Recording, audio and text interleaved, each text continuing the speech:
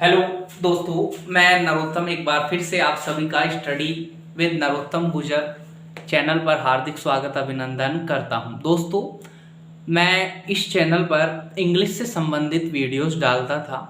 अब देखो, मेरे को उस समय जब मैं डाल रहा था वीडियोस, उस समय मेरे को थोड़ा सा टाइम नहीं मिल पाया था, थोड़ी सी व्यस्तता थी ऑफलाइन क्लासों के कारण। अब चूंकि समर वैकेशंस हैं, इसी वजह से मेरे को थोड़ा सा अतिरिक्त समय मिला है। तो इस समय को कैसे यूटिलाइज किया जाए, तो मैंने देखा कि जैसे बहुत से बच्चे हैं जो गाँव से निकलते हैं और उनको RSIS की तैयारी करनी होती है, लेकिन कुछ आर्थिक कारणों से वो तैयारी नहीं कर पाते हैं।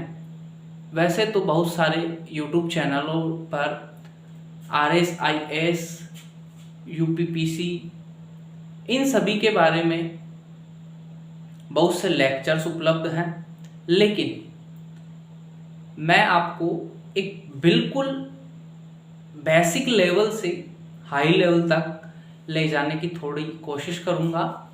तो देखो, सबसे पहले मैं आपको एक बात बता दूं कि किसी भी एग्ज़ाम में आपको अगर पास होना है, एग्ज़ाम उत्तीर्ण करना है, तो सबसे मेन इम्पोर्टेंट जो बात होती है वो है रेगुलरिटी।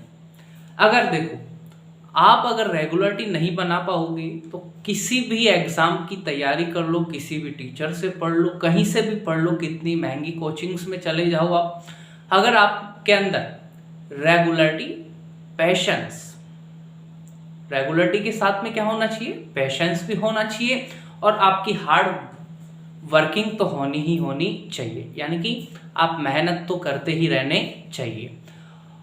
अब देखो, सबसे इम्पोर्टेंट जो थिंग आती है वो देखो, मैं आपको बिल्कुल सिस्टमेटिक तरीके से इस चैनल पर वीडियोस उपलब्ध करवाता रहूँगा। देखो, जैसे मेरा उद्देश्य यह है कि सबसे पहले जो बड़े बड़े पार्ट हैं, देखो RS के अंदर अपन बात करें तो इसके 3 फेज होते हैं। देखो, पहली बात मैं करूं, प्री, मेंस, और एक होता है इंटरव्यू। क्या होता है? इंटरव्यू। अब मैं बात कर लेता हूं, जैसे देखो, इन तीनों का ही अपने आप में, तीनों का ही अपने आप में संबंध होता है तीनों से। अब देखो, मैं बात करता हूं प्री के अंदर ऑब्जेक्टिव टाइप के क्वेश्चंस पूछे जाते हैं। फिर मैं बात कर लेता हूं मेंस के अंदर आपको डिस्क्रिप्टिव पार्ट, यानी कि आपको लिखना भी होता है, रिटर्न बोल सकते हैं अपन, लिखना होता है। अब देखो, चूंकि आप लिखोगे तो यानी कि उस विषय के बारे में आपको क्या होना चाहिए, पूर्ण तरीके से ज्ञान होना चाहिए। जैसा कि आप मान लो, आपके सामने कोई प्रश्न पूछा, भाई निम्नलिखित में से संविधान सभा के सदस्य थे, मान लो 4 सदस्य दिए, उसमें से एक सदस्य ऐसा था जो संविधान सभा का सदस्य नहीं था। आपको ऑप्शंस में दे रखा है, भाई उपयुक्त में से A, B, C 3 तो है, लेकिन चौथा नहीं है। आप मान लो आपको वो प्रश्न नहीं आता था, लेकिन आपने देवी देवताओं का नाम लेके जय भैरव बाबा, जय भोमिया बाबा, ये हनुमान जी महाराज, ये शंकर जी, ऐसे करके मान लो आपने टिक कर दिया और वो ऑप्शंस भी सही निकल गया। आपकी किस्मत अच्छी थी ना। लेकिन जब आप रिटर्न एग्जाम दोगे, यानी कि मेंस का एग्जाम दोगे, उस स्थिति में आपके पास ये ऑप्शन से नहीं रहेगा। उस स्थिति में तो आपको बिल्कुल तथ्य याद होने चाहिए।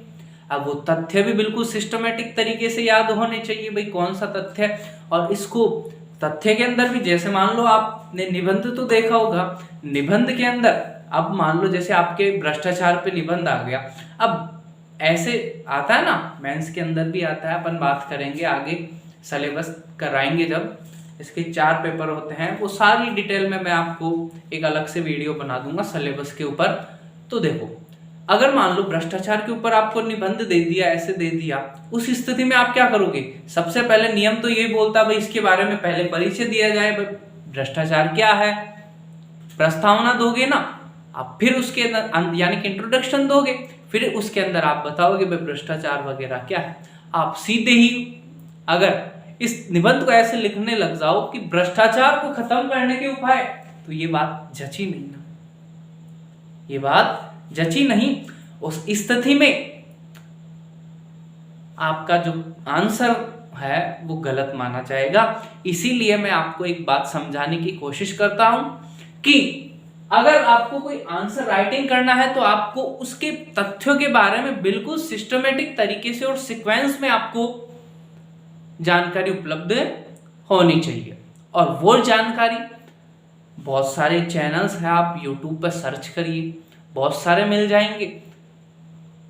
लेकिन मेरा ये प्रयास है कि आपके साथ में मेरी भी तैयारी धारदार हो सके। इसी बहाने मैं जो मेरे तैयारी है उसको पुनः से रिवाइज भी कर पाऊंगा।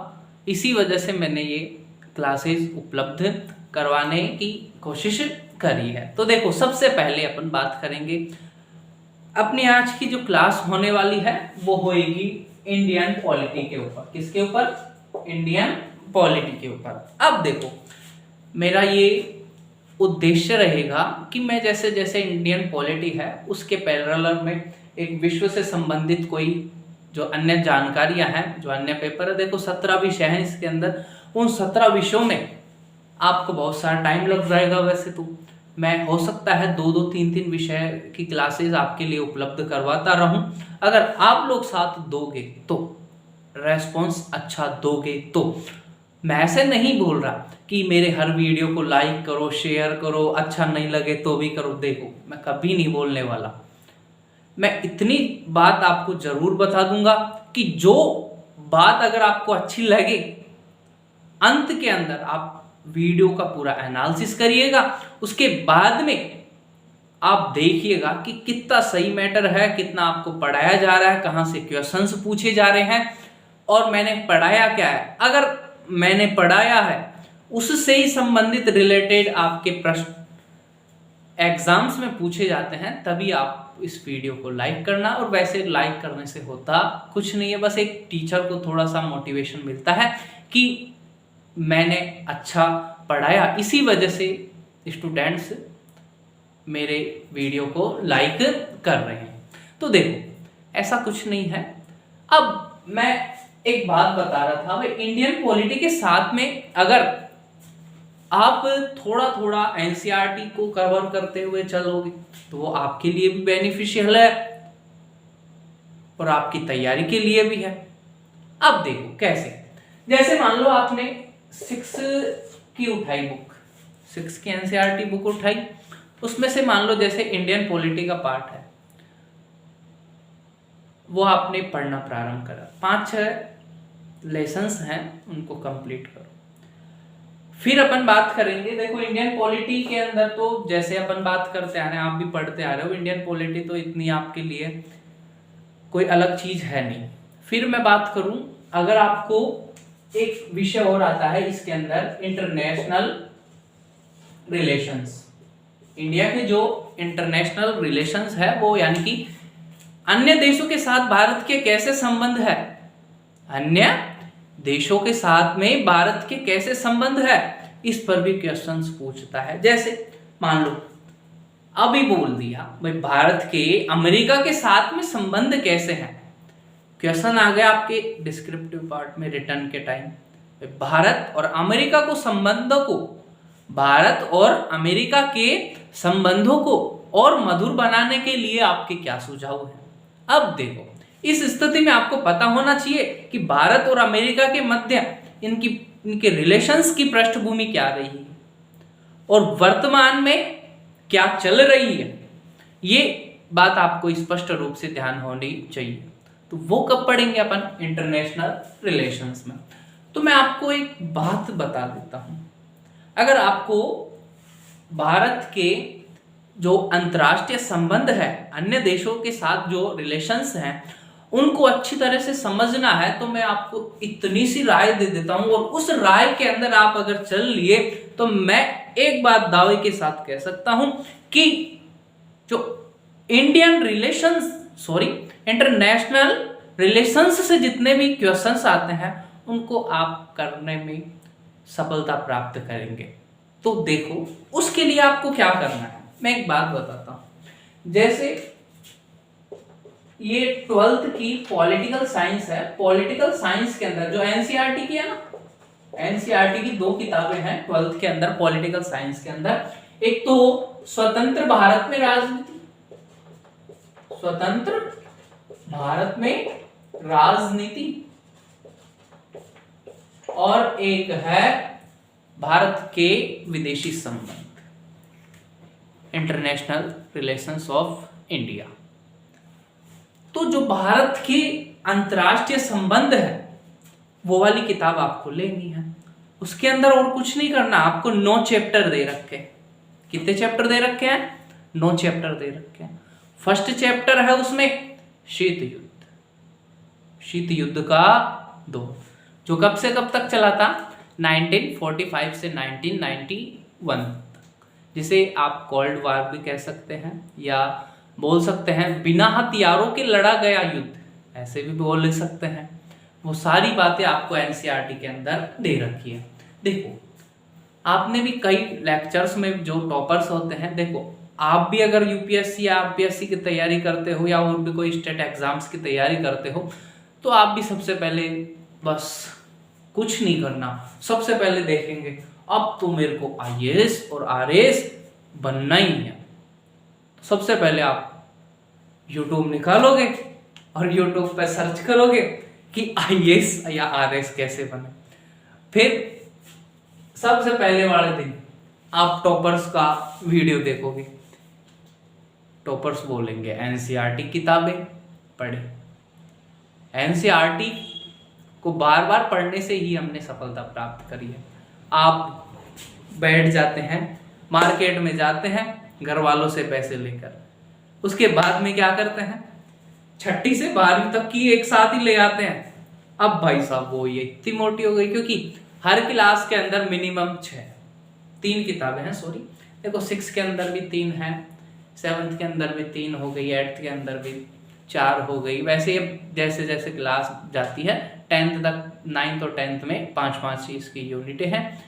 फिर अगर आप 11th 12th में लोगे तो अलग अलग इकाइयों की 2-2 किताबें, 3-3 किताबें मिल जाती है। ज्योग्राफी में जैसे 3 है, पॉलिटिकल साइंस में 2 है, हिस्ट्री के अंदर भी 2 किताबें हैं। तो आप उनको पढ़ ही नहीं पाते। आप ले आए होशियारी में, ले तो आते हैं, लेकिन पहले दिन पढ़ा, 6ठी की किताबें भी कंप्लीट नहीं की। सोचोगे यार इतना बड़ा सिलेबस है, कौन किताब। फिर आप क्या करते हो, यूट्यूब खोलते हो, डायरेक्ट 2 महीने के अंदर आईएएस का सिलेबस कैसे पूरा करें, आरएएस का सिलेबस कैसा है पूरा करें। तो ऐसे तो सिलेबस होने वाला है नहीं, मेहनत आपको ही करनी पड़ेगी, क्योंकि सफलता भी आपको ही चाहिए। पैसे आप गुरुजी को थोड़े दे देते हो, घर वालों को भी नहीं देते, गुरुजी तो दूर की बात है। तो देखो अपन पढ़ेंगे कौन सा, एक इस क्लास के साथ में मैं कोशिश करूंगा कि और अतिरिक्त समय निकालकर जो इंडिया के इंटरनेशनल रिलेशंस हैं इन पर भी मैं लेक्चर आपको उपलब्ध करवाता रहूं। क्योंकि अगर देखो एक ही सब्जेक्ट को लेकर बैठे रहेंगे अपन, तो पूरा सिलेबस कंप्लीट नहीं हो पाएगा। इसी वजह से मैं आपको सारे लेक्चर्स उपलब्ध करवाने की कोशिश करूंगा। और आप भी एक बात दिमाग से निकाल दीजिए कि जो प्री में क्वेश्चन पूछे जाते हैं, यानी कि एक लाइन के क्वेश्चन या बोल सकते हैं 20 शब्दों के क्वेश्चन, वैसे मेंस में नहीं पूछे जाते। 2018 का पेपर उठाकर देख लेना, महाराणा कुंभा के पिता का नाम क्या था, बस इतना सा क्वेश्चन 20 शब्दों में आपको लिखना है, मतलब उसका नाम लिखना और आपको 2 नंबर कंप्लीट। तो ये गलती कभी भी मत करना कि आप बड़े बड़े क्वेश्चंस, बड़े बड़े आंसर लिखने की कोशिश करो, ऐसा नहीं है। आपको प्री और मेंस और साथ में इंटरव्यू की तैयारी तीनों साथ में करते हुए चलनी है। अगर आपने ये कर लिया तो ही आप सफल हो पाओगे। क्योंकि अगर आपने मान लो प्री की तैयारी करी, आपके मान लो 80-85 नंबर आ गए, आपने प्री क्वालिफाई भी कर लिया, फिर आप सोचोगे यार अब इतने 16-17 सब्जेक्ट कैसे कवर करूं 2 महीने के अंदर, 45 डेज, 1.5 महीने के अंदर कैसे कंप्लीट करूं मैं। फिर दिमाग पर जोर देना प्रारंभ कर दो, फिर डिप्रेशन में आना प्रारंभ कर देते हो, जो पढ़ाई करी उसका पूरा का पूरा सत्यानाश कर देते हो। तो कोशिश यही करो कि तीनों पार्टों को साथ में ही लेके चलो। आप जैसे मान लो मैं आपको पढ़ाऊंगा कौन सी, इंडियन पॉलिटिकल साइंस, कौन सी, इंडियन पॉलिटिकल साइंस। तो इसको आपको क्या करना है, मैं उस स्थिति से उस हिसाब से पढ़ाऊंगा कि आपको मेंस के लिए अलग से कोई भी कार्य करने की आवश्यकता नहीं पड़ेगी। देखो मैं आपको बताते हुए चलूंगा कि यहां से तो ये एक लाइन का यानी कि ऑब्जेक्टिव या मेंस के हिसाब से प्रश्न बनता है, और ऐसे भी बताते चलूंगा कि यहां पर प्री के हिसाब से ऐसे क्वेश्चंस बनेगा। और आपको थोड़ा सा ध्यान करंट अफेयर्स पर भी ध्यान देना है, क्योंकि करंट अफेयर्स कोई अलग से सब्जेक्ट है नहीं, क्योंकि आपको भी पता है आपके साल 2 साल के अंदर या 4-5 साल के अंदर जो महत्वपूर्ण मुद्दे होते हैं उनसे संबंधित आपके क्वेश्चन से पूछे जाते हैं। अगर आपको इतना भी पता नहीं है कि आपके आसपास में वर्तमान में क्या चल रहा है और थोड़े दिनों पहले क्या चल रहा था, तो मैं ये मानता हूं कि आपका पढ़ना न पढ़ना कोई ही मतलब का नहीं है। क्योंकि आपने भी कई बार देखा होगा, आपके पिताजी और ने भी देखा हो बोलते हुए ऐसे सुना होगा कि हमारे टाइम में ऐसी सरकार थी, नेहरू जी ने वो करा, इंदिरा गांधी जी की सरकार थी, उस समय ऐसी भुखमरी आई, उस समय ये युद्ध हुआ, उस समय ये था। भैरू सिंह शेखावत जी यहाँ गए वहां गए, प्रतिभा पाटिल यहाँ आई वहां गई, ये आपने उनसे बातें करते हुए सुना होगा। वह कैसे याद रख पाते हैं, उन्होंने कभी करंट अफेयर्स पढ़ा है? नहीं ना। पुराने जमाने के अंदर सभी घरों में एक रेडियो हुआ करता था, उसके अंदर ही वो सारी बातें सुनते थे, उसके आधार पर ही वो अपने आसपास की खबरों से रूबरू हो पाते थे। तो उसी क्रम को आपको भी बिल्कुल बनाए रखना है, क्योंकि आप भी आसपास में क्या चल रहा है। अब जैसे मान लो भारत के लिए जो महत्वपूर्ण बात है वो ये है, जैसे अभी थोड़े दिनों पहले आपको पता था, अभी भी वर्तमान में भी चल रहा है, कौन सा, रूस और यूक्रेन के मध्य क्या चल रहा है, युद्ध चल रहा है, वॉर चल रहा है, लड़ाई चल रही है। तो आपको ये ध्यान रहना चाहिए कि भारत पर इस लड़ाई से क्या फर्क पड़ने वाला है और क्या क्या फर्क पड़ चुका है। अब आपको ये बात भी याद रहनी चाहिए कि भारत का रूस के साथ में कैसा नाता है, यूक्रेन के साथ में कैसा नाता है, यूक्रेन किस देश द्वारा पोषित है, रूस के अंदर कौन कौन से मित्र देश हैं। ये बातें आपको याद रहनी चाहिए। और ये याद कैसे रहेगी, आप ज्यादा भी नहीं तो आप आस पड़ोस में क्या चल रहा है देख लिया करो, बहुत सारे न्यूज चैनल्स हैं उसको देख लिया करो, 10 से 15 मिनट 20 मिनट आधा घंटा वैसे भी आप खाना खाते टाइम सुन लिया करो। तो आपके लिए सबसे महत्वपूर्ण बात यही है कि आप जितना अपने आसपास की चीजों को ऑब्जर्व करोगे उतना ही आपकी पढ़ाई बेहतर होती जाएगी। तो मैं बात कर रहा था कि अपन 2 सब्जेक्टों को पैरेलल लेते हुए चलेंगे, एक तो इंडियन पॉलिटी और एक इंटरनेशनल रिलेशंस, किसके, भारत के। तो देखो सबसे पहले आज जो हमारा टॉपिक होने वाला है वो होने वाला है, जैसे मैं बात कर लेता हूं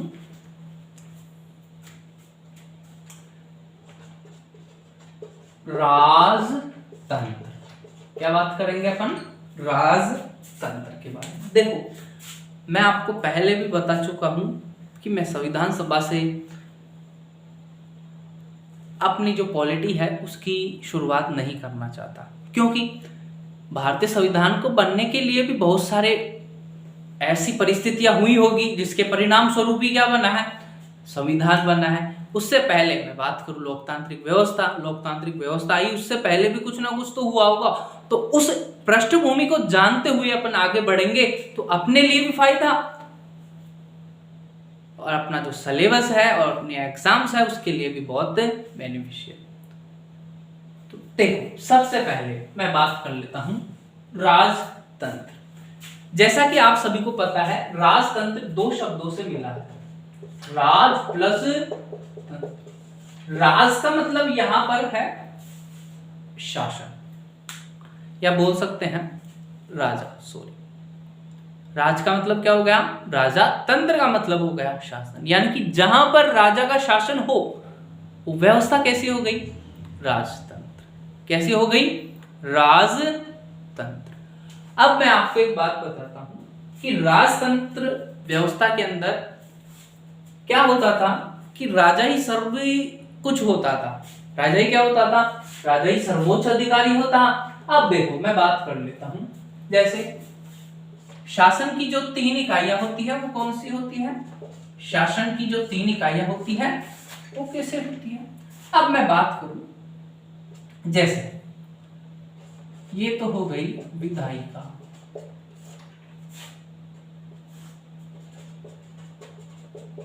कार्यपालिका और न्यायपालिका। मैं बात करूं विधायिका को इंग्लिश में बोलते हैं लेजिस्लेचर, और कार्यपालिका को एग्जीक्यूटिव, और न्यायपालिका को बोलते हैं जुडिशरी। क्या बोलते हैं, जुडिशरी। अब मैं आपको एक बात बता देता हूं, देखो राजतंत्र के अंदर क्या होता है, संपूर्ण शक्तियां क्या होती है, राजा के अंदर ही निहित होती है। अब मैं बात करूं, जब राजतंत्र था तो राजतंत्र में अगर मान लो कोई व्यक्ति अपराध कर देता है तो उसको सबसे पहले क्या करते हैं, सभा में बुलाया जाता है, राजा के सामने दरबार में प्रस्तुत किया जाता था। उसके बाद में राजा अपने मंत्रियों की सहायता से क्या करता था, यह सुनिश्चित करता था कि व्यक्ति दोषी है या नहीं। फिर उसके बाद में वो तय करता था कि इस व्यक्ति को क्या सजा देनी चाहिए या इसको छोड़ दिया जाना चाहिए। तो ये सभी कार्य कौन करता था, ये सभी कार्य राजा करता था। कौन करता था, राजा करता था। तो यहां पर देखने वाली बात है, यानी कि देखो, अगर मान लो व्यक्ति ने बहुत ही कुकृत्य करा तो उसको बोलेगा राजा, भाई इसको तो फांसी की सजा दे दी जानी चाहिए। किसकी सजा दे दी जानी चाहिए, फांसी की सजा देनी। अब मैं बात करूं कार्यपालिका का मतलब होता है मंत्री वगैरह, मंत्री और उसके मंत्री परिषद। तो अब मंत्रियों से सलाह लेता, लेकिन कार्य कौन करता, जो सर्वोच्च निर्णय है वो कौन लेता, वो लेता राजा। कौन लेता, राजा। अब मैं बात करूं न्यायपालिका, अब कोई व्यक्ति दोषी है या निर्दोष है, इस बात का निर्णय भी कौन करता, राजा ही करता। यानी कि शासन की जो तीनों शक्तियां हैं, कौन सी, विधायिका, कार्यपालिका और न्यायपालिका, लेजिस्लेचर, एग्जीक्यूटिव और जुडिशरी, इन तीनों का जो संकेंद्रण है वो राजतंत्र में किसके पास होता था, राजा के पास। यानी कि ऐसे बोल सकते हैं, राजतंत्र में विधायिका, कार्यपालिका और न्यायपालिका, इन तीनों की शक्तियों का केंद्रण एक ही व्यक्ति, जिसे अपन राजा कहते हैं, उसके नियंत्रण में होता था। बात समझ में आई। देखो, राजतंत्र 2 शब्दों से मिलकर बना है, कौन सा, राज प्लस तंत्र। राज का मतलब होता है राजा, तंत्र का मतलब होता है शासन। यानी कि जहां राजा का शासन हो, बोल सकते हैं शासन की वह इकाई जिसमें संपूर्ण सत्ता एक ही व्यक्ति के हाथ में हो, उसे अपन क्या बोलते हैं, राजतंत्र। अब देखो मैं आपको एक बात बताता हूं, अगर मेरे को भारत का प्राइम मिनिस्टर बना दिया जाए तो मेरे मन में आएगी, वही करने की कोशिश करूंगा। जैसे मान लो राजा बना दिया, ठीक है, आपको राजा बना दिया तो आप जिससे नफरत करते हो उसको सबसे पहले उठाओगे। आपके अगर मान लो किसी दोस्त को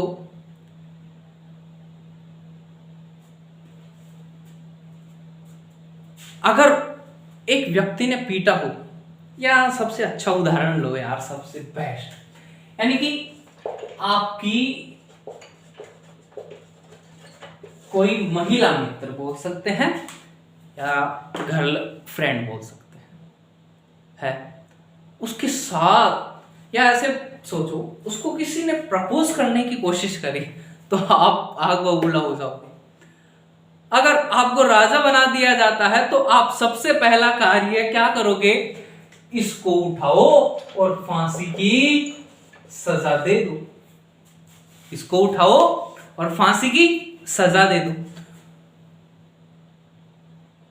जबकि अगर लोकतंत्र में ऐसा हो जाए, हो सकता, क्यों नहीं हो सकता, क्योंकि लोकतंत्र में क्या है, अभिव्यक्ति की स्वतंत्रता, बोलने की स्वतंत्रता। हाँ, जैसे मान लो उसने प्रपोज किया, उसने एक्सेप्ट नहीं करा, ठीक, खत्म बात। अगर उसने किसी व्यक्ति से शिकायत कर दी या किसी संस्था से शिकायत कर दी, उस स्थिति में आपको भी लोकतंत्र में भी आपको क्या हो जाएगी, नुकसान उठाना पड़ सकता है। तो पहले आप कानूनों को जाने, उसके बाद में ही ऐसा कार्य करने की कोशिश करें। तो मैं बता रहा था कि अगर इसको प्रपोज किया है तो सबसे पहले जो इसका पहले वाला दोस्त होगा वो क्या करेगा, सीधा जिस व्यक्ति ने उसको प्रपोज किया था उसको उठाएगा और उसको जेल में डालेगा, चाहे गलती हो नहीं हो, क्योंकि सभी व्यक्तियों को यह हक है कि प्रपोज करे। हाँ, नहीं माने वो बात अलग, जबरदस्ती अलग चीज होती है, जबरदस्ती अलग चीज, यानी कि उसने गर्ल ने मना कर दिया, उसके बावजूद भी आप उसके पीछा कर रहे हो, ये तो क्या हो गई, आपकी गलती। अगर मान लो गर्ल्स ने उसका प्रपोजल एक्सेप्ट कर लिया तो भाई साहब आग बबूला, फिर तो गया काम से। उसको पहले राजा बनने के बाद में आप सबसे पहले क्या करोगे, उसको सबसे पहले फांसी दोगे, और कार्य नहीं करना मेरे को तो बस उसको फांसी देनी है। ये किस में होता है, राजतंत्र में, क्योंकि ऐसा इसलिए होता है क्योंकि राजा की गलतियों को देखने के लिए क्या नहीं होती, न्यायपालिका नहीं होती, उनका पुनरावलोकन करने के लिए क्या नहीं होती, न्यायपालिका नहीं होती। क्यों नहीं होती, क्योंकि मैंने आपको बताया है कि राजतंत्र के अंदर विधायिका, कार्यपालिका और न्यायपालिका केवल और केवल एक ही व्यक्ति के अंदर निहित होती है। यानी कि विधायिका का कार्य भी वही करेगा, कानून बनाने का कार्य भी वही करेगा, कानूनों को लागू करने का कार्य भी वही करेगा। हाँ, इसमें यह है भाई अपने मंत्रियों के माध्यम से थोड़ा सा अपनी सहायता, उनकी सहायता लेगा। फिर बात करें न्यायपालिका, न्याय करने का कार्य, यानी कि किसको दंड दिया जाना चाहिए, किसको छोड़ दिया जाना चाहिए, वो आता ना डायलॉग, मार दिया जाए या छोड़ दिया जाए, तो वो कार्य भी कौन करेगा, वो कार्य भी कौन करेगा, राजा ही करेगा। अब देखो, आपको पता है अभी वर्तमान में आप लोकतंत्र व्यवस्था में चल रहे हो, तो आपको ये पता होगा इन तीनों के बारे में। विधायिका क्या करती है, कानून बनाने का, कार्यपालिका क्या करती है, कानूनों को लागू करने का, और न्यायपालिका क्या करती है, इन दोनों ने जो कार्य किया उनकी व्याख्या करने का, ये नजर रखती है कि कौन सही है या कौन गलत है। उस स्थिति में यानी कि यहां पर न्यायिक पुनरावलोकन का प्रावधान रहता है लोकतंत्र के अंदर। लोकतंत्र के अंदर क्या होता है, न्यायिक पुनरावलोकन का प्रावधान रहता है, जबकि राजतंत्र के अंदर ऐसा कोई प्रावधान नहीं होता। इसी वजह से राजा क्या हो जाते हैं, निरंकुशवादी हो जाते हैं, यानी कि जिससे वो नफरत करते हैं, चाहे वो गलत ना हो, फिर भी क्या हो जाता है, उसको दंड दे दिया जाता है। यानी कि राजतंत्र में राजा क्या हो जाता है, निरंकुश हो जाता है, या निरंकुश होने की प्रवृत्ति सबसे ज्यादा होती है। तो यहां पर जो बात है वो ये लिखने की कोशिश करो। देखो डायग्राम के साथ में इसको लिखने की कोशिश करना है। मैं आपको एग्जांपल्स के माध्यम से इसको अभी याद करवाने की कोशिश करूंगा, क्योंकि मेंस में आपको जाकर ही लिखना है, मैं नहीं आऊंगा और कोई टीचर नहीं आएंगे। तो देखो राजा होता है, राजतंत्र में क्या होता है, संपूर्ण शक्ति किसके हाथ में होती है, एक ही व्यक्ति के हाथ में होती है, और जिसका नाम क्या होता है, राजा। अब देखो राजा के अंदर ही क्या होती है, तीनों प्रकार की शक्तियां होती हैं। राजा ही क्या होता है, विधायिका। क्या होता है, विधायिका। विधायिका। फिर बात करें राजा ही क्या होता है, राजा ही कार्यपालिका होता है। कौन सी प्रणाली के अंदर, राजतंत्र के अंदर। अब मैं बात करूं राजा ही क्या होता है, न्यायपालिका। राजा ही क्या होता है, न्यायपालिका। अब देखो राजतंत्र में एक बात लिख सकते हैं, राजतंत्र में तीनों शक्तियां कौन सी, विधायिका जिसे आप क्या बोल सकते हो, लेजिस्लेचर। कार्यपालिका को आप बोल सकते हो एग्जीक्यूटिव कार्यपालिका, तथा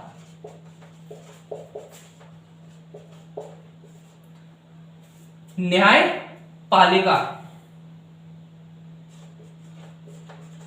एक ही व्यक्ति अर्थात राजा में ही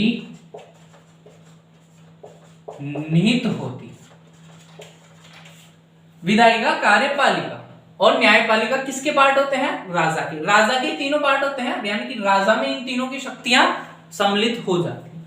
इसीलिए क्या होती है, बात करें, इसीलिए राजा क्या हो जाता है, राजा निरंकुश। राजा क्या हो जाता है, निरंकुश हो जाता है। क्या हो जाता है, राजा क्या हो जाता है, निरंकुश हो जाता है। या बोल सकते हैं राजतंत्र में संपूर्ण शक्तियां राजा में ही केंद्रित होती हैं। या बोल सकते हैं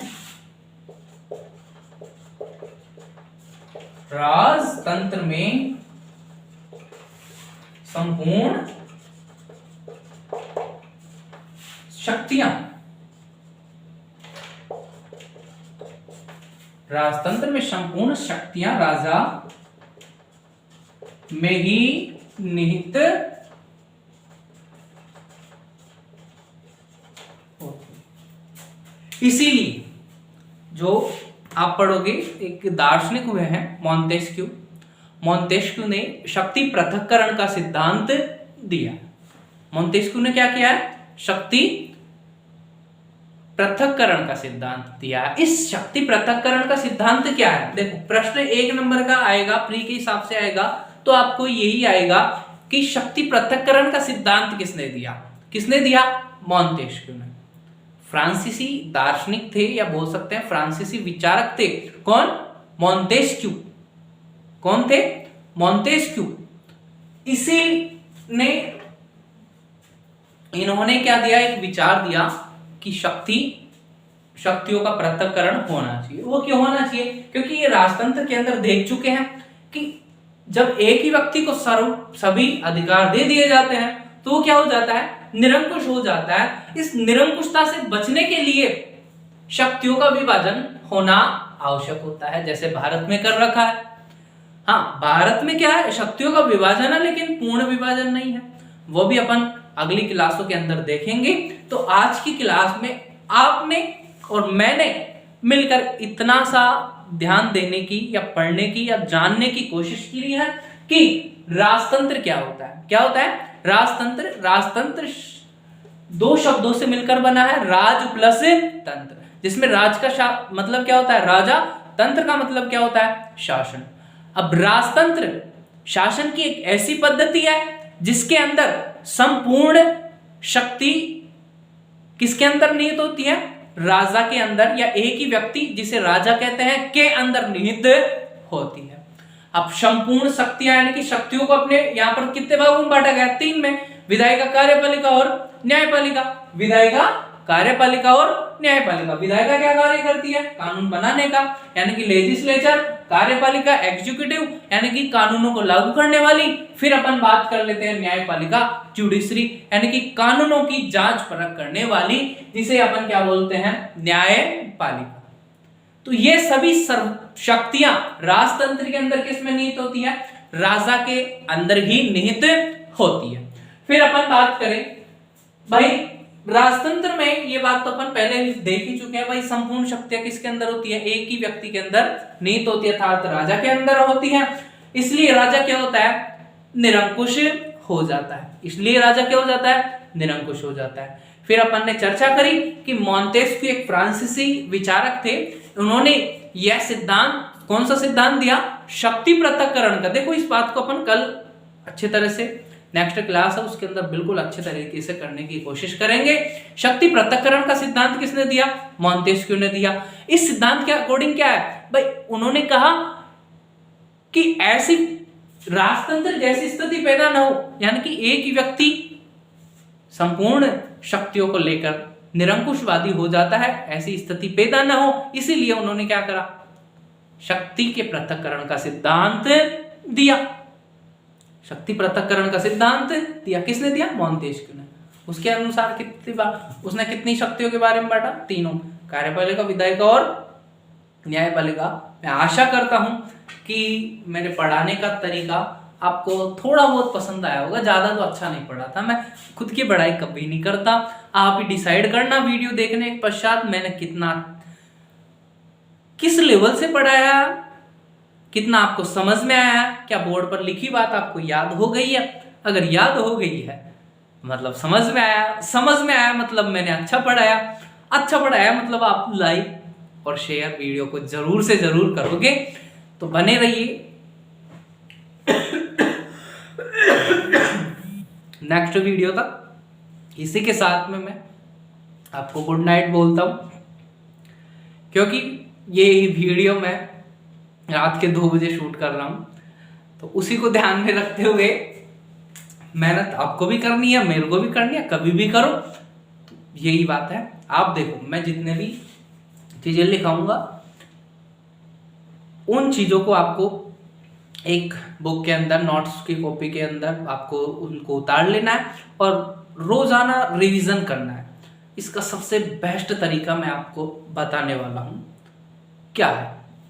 देखो, आप अगर पढ़ते हो तो आपके घर में कोई छोटे भाई बहन हो जिनको आप समझा सको, वो भी कंपटीशन की तैयारी कर रहे हो या 10वीं 12वीं के अंदर हो, तो उनके सामने कॉपी लेकर, नोट्सों की कॉपी लेकर बैठ जाया करो। सबसे पहले आप पढ़े, उसके बाद में जैसे मैंने पढ़ाया उस समय आपने लिख लिया, उसके बाद में आपने लिखा, उसको एक बार रिवीजन करा। उसको रिवीजन करने के बाद में अपने छोटे भाई बहन, कोई पड़ोसी हो, उसका भी तो भला करना है यार। भाई आपका पड़ोसी ऐसा है वैसा है, ऐसी अच्छी बातें होनी चाहिए, क्योंकि जैसी संगत वैसी रंगत। क्योंकि पड़ोसी की संगत तो आपको करनी है, न चाहते हुए भी करनी पड़ती है। तो उसी स्थिति में अपने पड़ोसी को बैठाइए या अपने भाई बहनों को बैठाइए और साथ में उसको समझाने की कोशिश। भाई राजतंत्र में ऐसे होता था, हमारे टीचर ने ऐसे बताया, फिर इसकी डेफिनेशन ये हुई, फिर ऐसा वैज्ञानिक आया। अगर आप ऐसे चर्चा करते हुए अगर अध्ययन कर रहे हैं तो मैं फुल दावे के साथ कह सकता हूं कि आपके सिलेक्शन को कोई नहीं रोक सकता। तो मैं अंत में आपसे आज्ञा चाहता हूं और गुड नाइट क्या, गुड मॉर्निंग हो गई, 2 बज गए। तो ध्यान रखना। देखो, वीडियो अगर पसंद आया है तो ही लाइक और शेयर करना, अन्यथा क्या करना, डिसलाइक का बटन भी दिया होता है, उस डिसलाइक के बटन को आप दबा देना। अगर पसंद आया तो सब्सक्राइब जरूर करना। Thank you, bye bye, take care.